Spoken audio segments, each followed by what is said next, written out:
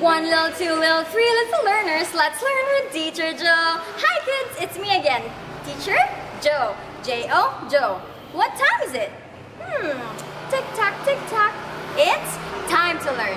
Let's learn nature around us.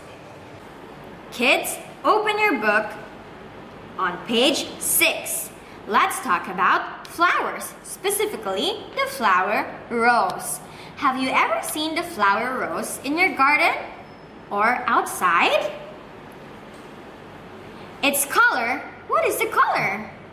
Its color, red. Let's talk about the flower rose first. So, we have here dotted lines that resemble a picture of a rose. Isn't it beautiful? Okay, let's use our pencil and try drawing a rose.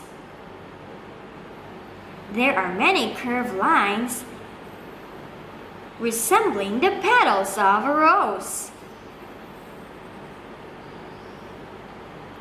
We should start by tracing the dotted lines. Trace the dotted lines near the petals. Once we finish the dotted lines on the petals or on the flower itself, we then move on to the stem and the sepal. Do you know roses have thorns?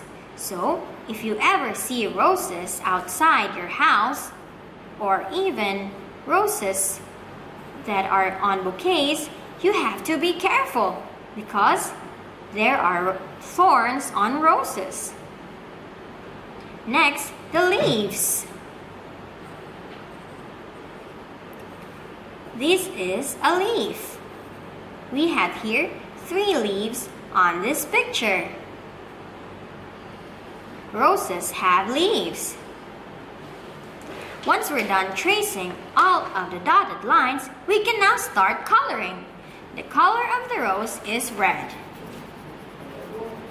You have to color neatly and beautifully.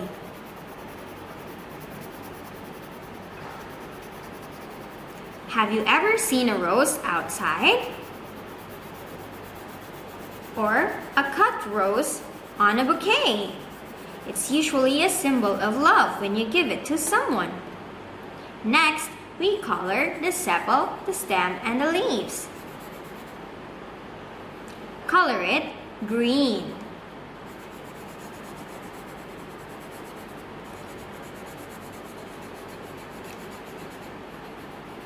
Once we're finished coloring the rose, we have to spell. Did you know the spelling of rose is R-O-S-E? It has a missing letter. The missing letter is R. Let's try writing R. A straight line from top to bottom, a curved line at the top, and a slanted line down. It's letter R-O-S-E, rose. Here we go. We have a beautiful rose. That would be all. Good job, kids! You did good today. I hope you'll learn again with me next time. See you. This is Teacher Joe. Bye-bye.